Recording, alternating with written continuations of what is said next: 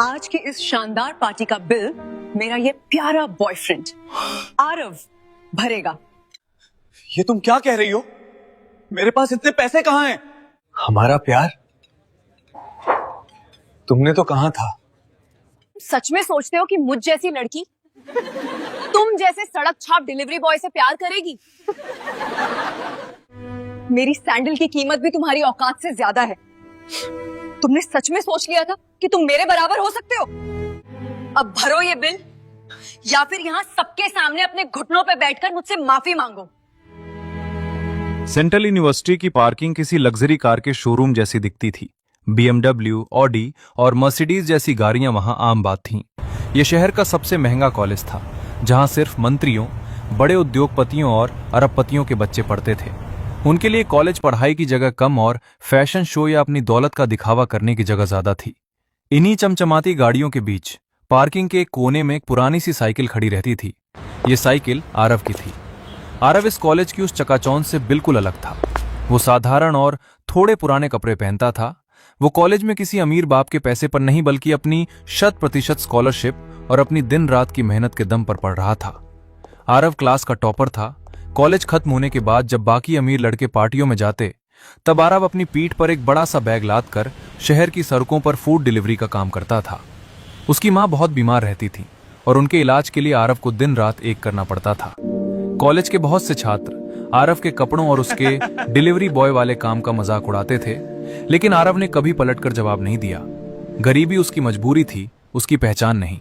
उसका आत्मसम्मान बहुत मजबूत था और कॉलेज के सभी प्रोफेसर्स उसकी तेज बुद्धि के कायल थे। उसी क्लास में एक लड़की थी, कियारा। कियारा शहर के सबसे बड़े बिल्डर की इकलौती बेटी थी। वो कॉलेज की एटीट्यूड क्वीन थी। उसके पिता के पास बेहिसाब दौलत थी और इसी दौलत का घमंड कियारा के सिर चढ़कर बोलता था। वो हमेशा अपने पीछे अमीर दोस्तों की एक फौज लेकर चलती थी। उसे लगता था कि दुनिया का हर इंसान उसके आगे झुकने के लिए ही बना है। एक दिन बिजनेस मैनेजमेंट की क्लास चल रही थी। प्रोफेसर ने बाजार में चल रही मंदी पर एक सवाल पूछा। कियारा हमेशा खुद को सबसे होशियार समझती थी। उसने अपनी जगह से खड़े होकर एक लंबा चौड़ा लेकिन पूरी तरह से रटा रटाया और किताबी जवाब दे दिया। कियारा के चमचे दोस्त उसकी वाहवाही करने लगे। तभी क्लास के आखिरी कोने से आरव खड़ा हुआ। उसने बहुत ही शांत और सरल भाषा में प्रोफेसर से कहा, सर, कियारा का जवाब किताबों के हिसाब से सही है, लेकिन असल जिंदगी में अगर कोई कंपनी इस प्लान पर चलेगी तो वो 6 महीने में डूब जाएगी। इसके बाद आरव ने ऐसा सटीक और लॉजिकल जवाब दिया कि प्रोफेसर भी हैरान रह गए। उन्होंने तालियां बजाते हुए आरव की तारीफ की। क्लास में बैठे कुछ छात्र कियारा के गलत साबित होने पर धीरे धीरे हंसने लगे। यह हंसी कियारा के लिए किसी चांटे से कम नहीं थी। उसका भारी भरकम ईगो बुरी तरह हर्ट हो गया। वो बर्दाश्त नहीं कर पाई कि एक साधारण से लड़के ने उसे पूरी क्लास के सामने नीचा दिखाया। कियारा गुस्से से लाल हो गई। उसने आरव की तरफ उंगली उठाते हुए चीख कर कहा, तुम्हारी हिम्मत कैसे हुई मुझे गलत बोलने की? तुम हो क्या एक 2 कौड़ी के डिलीवरी बॉय? 150 रुपए की टिप के लिए लोगों के घरों में खाना पहुंचाने वाले भिखारी? तुम मुझे करोड़ों के बिजनेस का ज्ञान दोगे? पहले जाके ढंग के कपड़े खरीदना सीखो, फिर मुझसे बात करना। पूरी क्लास में सन्नाटा छा गया। आरव को बहुत बुरा लगा, लेकिन उसने अपना आपा नहीं खोया। उसने कियारा की आंखों में सीधे देखते हुए बड़ी शांति से कहा, कियारा, इंसान की पहचान उसके कपड़ों या बैंक बैलेंस से नहीं होती। मेरी गरीबी मेरे हालात हैं, लेकिन तुम्हारा ये घमंड तुम्हारी छोटी सोच दिखाता है। आरव की इस बात ने कियारा के दिल में आग लगा दी।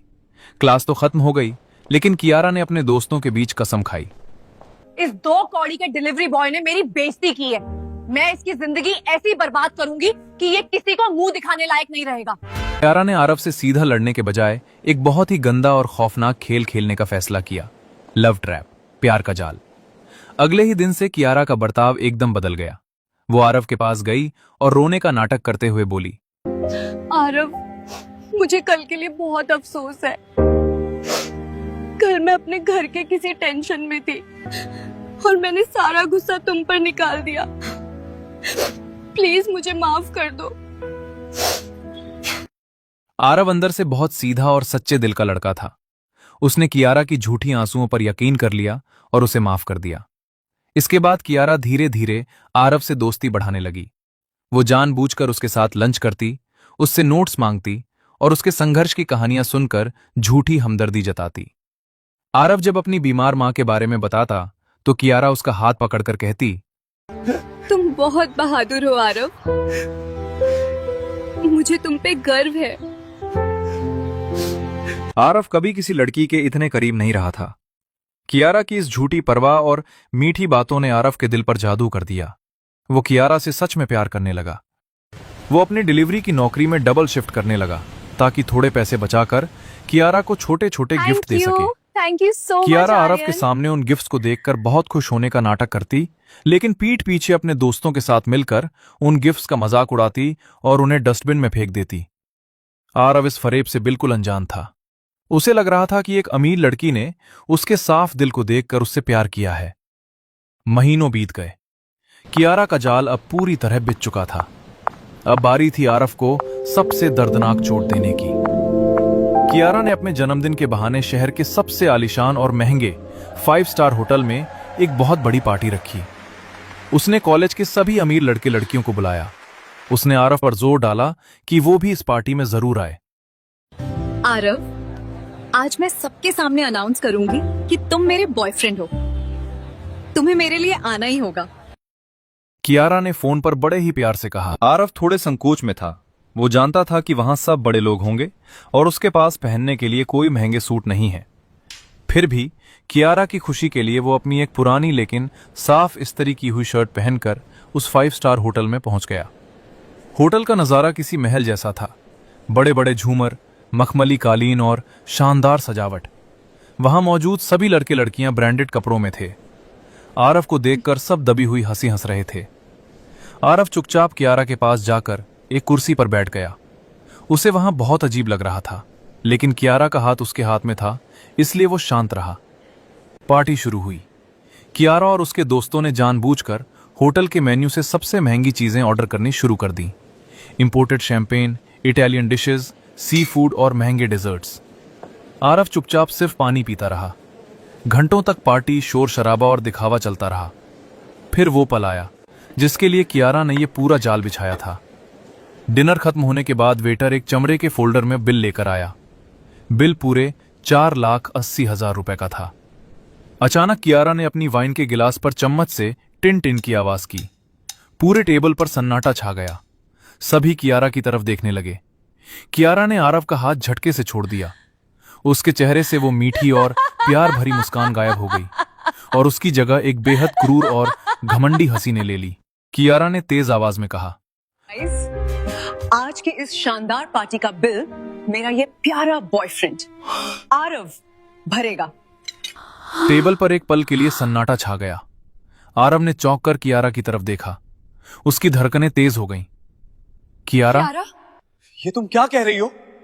मेरे पास इतने पैसे कहाँ हैं? कियारा जोर जोर से हंसने लगी।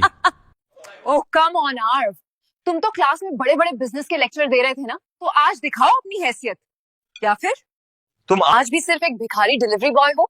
ये सुनते ही टेबल पर बैठे कियारा के सभी अमीर दोस्त जोर जोर से ठहाके मारकर हंसने लगे। अरे कियारा, ये तो अपनी साइकिल बेच के भी ये बिल नहीं भर पाएगा। एक लड़के ने ताना मारा। शायद ये होटल के बर्तन धोकर बिल चुकाएगा। दूसरे ने मजाक उड़ाया। आरव पूरी तरह से सदमे में था। उसने कांपती हुई आवाज में कहा, कियारा, हमारा प्यार तुमने तो कहा था। कियारा ने नफरत से उसे घूरते हुए कहा, तुम सच में सोचते हो कि मुझ जैसी लड़की तुम जैसे सड़क छाप डिलीवरी बॉय से प्यार करेगी? मेरी सैंडल की कीमत भी तुम्हारी औकात से ज्यादा है। तुमने सच में सोच लिया था कि तुम मेरे बराबर हो सकते हो? ये सब तो सिर्फ उस दिन क्लास में हुई मेरी बेइज्जती का बदला था। मैं तुम्हें तुम्हारी असली जगह दिखाना चाहती थी। अब भरो ये बिल या फिर यहाँ सबके सामने अपने घुटनों पे बैठकर मुझसे माफी मांगो। पूरी पार्टी में आरव का मजाक उड़ाया जा रहा था। ये एक ऐसा पल था जहां किसी भी आम इंसान के आंसू निकल आते, वो टूट कर बिखर जाता या गुस्से में चीखने लगता। लेकिन आरव ने ऐसा कुछ नहीं किया। हैरानी की बात यह थी कि आरव के चेहरे पर ना तो कोई घबराहट थी, ना ही कोई आंसू। उसके चेहरे पर एक ऐसी शांत और ठंडी खामोशी छा गई जिसने धीरे धीरे वहां हंस रहे लोगों की हंसी को रोक दिया। आरव बिल्कुल शांत रहा। उसने कोई बहस नहीं की। वो अपनी जगह से धीरे से खड़ा हुआ उसने अपनी जेब से अपना वो पुराना और घिसा हुआ वॉलेट बाहर निकाला। कियारा ने फिर ताना मारा। क्या हुआ? 10-20 रुपए के नोट निकाल रहे हो? आरव ने उसकी बात को पूरी तरह इग्नोर कर दिया। उसने अपने वॉलेट के एक गुप्त हिस्से से एक कार्ड बाहर निकाला और उसे बिल फोल्डर के ऊपर रख दिया। वो कोई साधारण बैंक का एटीएम या क्रेडिट कार्ड नहीं था। वो कार्ड काले रंग का था, लेकिन वो प्लास्टिक का नहीं बल्कि किसी भारी धातु का बना हुआ था। उस गहरे मैट ब्लैक कार्ड पर किसी भी बैंक का नाम नहीं था, बल्कि उसके बीचों बीच एक बहुत ही रहस्यमयी सुनहरे रंग का निशान बना हुआ था। इस कार्ड को वित्तीय दुनिया में द लकी कार्ड या ऑब्सिडियन रिजर्व कार्ड कहा जाता है। ये कार्ड दुनिया के किसी भी बैंक में अप्लाई करने से नहीं मिलता। ये कार्ड सिर्फ और सिर्फ दुनिया के टॉप 0.01% सबसे ताकतवर अरबपतियों, रॉयल परिवारों या गुप्त बिजनेस एम्पायर्स के मालिकों को पर्सनल इनविटेशन पर दिया जाता है। इस कार्ड की कोई लिमिट नहीं होती। इससे एक बार में एक पूरा महल भी खरीदा जा सकता है। वेटर मुस्कुराते हुए आगे बढ़ा और उसने फोल्डर से कार्ड उठाया। जैसे ही वेटर के हाथ में उस धातु के कार्ड का भारीपन महसूस हुआ और उसकी नजर उस कार्ड के खास निशान पर पड़ी, वेटर के चेहरे का रंग उड़ गया। उसके माथे पर पसीना आ गया और उसके हाथ कांपने लगे। सर, मुझे 1 मिनट दीजिए। वेटर बुरी तरह हकलाया और वो कार्ड सीने से लगाकर लगभग दौड़ता हुआ वहां से मैनेजर के कैबिन की तरफ भाग गया। कियारा और उसके दोस्त हैरान रह गए। अरे, वो वेटर उस कार्ड को देखकर भूतों की तरह भागा क्यों? भूतों की तरह भागा क्यों? कियारा का एक दोस्त बोला। कुछ ही सेकंडों में उस 5 स्टार होटल का जनरल मैनेजर, जो आमतौर पर सिर्फ बड़े मंत्रियों या वीआईपी गेस्ट के लिए बाहर आता था, पसीने से लथपथ दौड़ता हुआ आरव की टेबल के पास पहुंचा। उसके पीछे होटल के 3 और बड़े अधिकारी दौड़ रहे थे। मैनेजर ने आरव को देखते ही बिल्कुल 90 डिग्री के कोण पर झुककर एक गहरा सलाम किया। सर, मुझे माफ कर दीजिए, हमें बिल्कुल भी जानकारी। मैनेजर की आवाज में इतना गहरा सम्मान और खौफ था कि पूरी टेबल पर सन्नाटा छा गया। हमें बिल्कुल भी जानकारी नहीं थी कि आप खुद हमारे होटल में आपकी यहाँ मौजूदगी हमारे इस होटल के लिए बहुत बड़ा सम्मान है सर। सर, ये बिल। ये तो एक मामूली सी गलती है। इस पूरे होटल में आपकी किसी भी चीज की कोई कीमत नहीं है सर। कियारा की आंखें फटी की फटी रह गईं। उसका पूरा शरीर सुन्न पड़ गया था।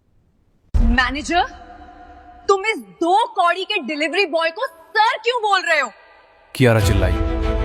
मैनेजर ने कियारा को एक बहुत ही सख्त नजर से देखा और कहा, आप नहीं जानती कि आप किससे बात कर रही हैं। ये जो कार्ड इन्होंने दिया है, ये ऑब्सिडियन कार्ड है। ये कार्ड सिर्फ उन लोगों के पास होता है जो ऐसे कई 5 स्टार होटल एक झटके में खरीद सकते हैं। पूरे हॉल में जैसे किसी ने सबकी सांसें खींच ली हों। कियारा और उसके अमीर दोस्तों के चेहरों पर हवाइयां उड़ने लगीं। कोई विश्वास नहीं कर पा रहा था कि एक लड़का जो पुरानी साइकिल पर खाना डिलीवर करता है, जो पुराने कपड़े पहनता है, उसके पास दुनिया का सबसे ताकतवर कार्ड कैसे हो सकता है। आरव ने अपनी शांत और गहरी आवाज में मैनेजर से कहा, नहीं मैनेजर, कोई फेवर नहीं चाहिए। बिल का पेमेंट इसी कार्ड से किया जाए। जी बिल्कुल सर। मैनेजर ने कांपते हाथों से अपनी खास मशीन मंगवाई और कार्ड को टैप किया। 1 सेकंड में 4,80,000 का पेमेंट बिना किसी रुकावट के अप्रूव हो गया। मैनेजर ने दोनों हाथों से कार्ड पकड़कर बेहद आदर के साथ आरव को वापस किया। आरव ने कार्ड वापस अपने पुराने वॉलेट में रखा। उसने अपनी शर्ट के बटन ठीक किए और कियारा की तरफ मुड़ा। कियारा का भारी भरकम ईगो और घमंड अब टूटकर चकनाचूर हो चुका था। उसके चेहरे पर अब सिर्फ एक गहरा खौफ, शर्मिंदगी और कंफ्यूजन था। उसे समझ नहीं आ रहा था कि उसने किस इंसान से पंगा ले लिया है। आरव ने कियारा की आंखों में बहुत ही गहराई से देखा। उसने कोई गाली नहीं दी, कोई चिल्ला चोट नहीं की। उसने बस एक बहुत ही क्लासी और ठंडी मुस्कान के साथ कहा, मैंने तुमसे उस दिन भी कहा था कियारा, गरीबी कपड़ों से होती है, इंसानियत से नहीं। तुमने मेरे जज्बातों के साथ खेलकर मुझे नीचा दिखाने की कोशिश, लेकिन तुम यह भूल गई कि कभी कभी जो लोग सड़कों पर धूल में लिपटे नजर आते हैं, वो असल में उस पूरी सड़क के मालिक होते हैं। इतना कहकर आरव वहां से मुड़ा और शांत कदमों से होटल के बाहर की तरफ चल दिया। होटल का मैनेजर और पूरा स्टाफ आरव के बाहर जाने तक सम्मान में सिर झुकाए खड़ा रहा।